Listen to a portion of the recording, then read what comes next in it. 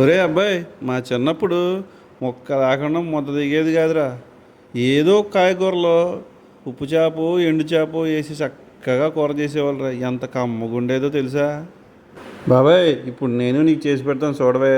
చక్కగా ఎండు చేప ముక్కల్ని వేడి నీళ్ళలో వేసి బాగా కడిగేసుకోవాలి బాబాయ్. వేడి నీళ్ళలో వేయటం వల్ల ఏంటంటే దానిపైన పైన పొట్టంతా పోద్దనమాట. ఇలా నీట్గా వచ్చేద్ది. ఒక గిన్నెలో ఆయిల్ వేసుకొని ఈ ముక్కల్ని ఎర్రగా వేపుకొని చక్కగా పక్క తీసుకోవాలి. అదే గిన్నెలో ఆ నూనెలోనే ఆవాలు జీలకర్ర ఎండుమిర్చి వేసేసి అందులో ఉల్లిపాయలు పచ్చిమిరపకాయలు కూడా వేసేసుకున్నాం అనుకో, కొంత కరివేపాకు కూడా వేసేసి చక్కగా వేగనిచ్చేయాలి.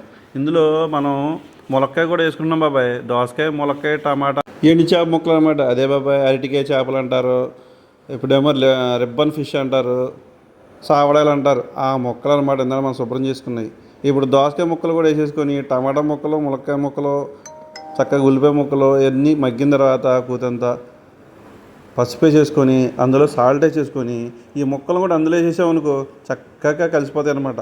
బాగా కలిపేసుకొని కారం కూడా వేసేసుకొని బాగా మగ్గిన తర్వాత నీళ్లు పోసి ఇంకొద్దిసేపు మగ్గించామనుకో అంతే బాబాయ్, కూర అయితే రెడీ అయిపోద్ది.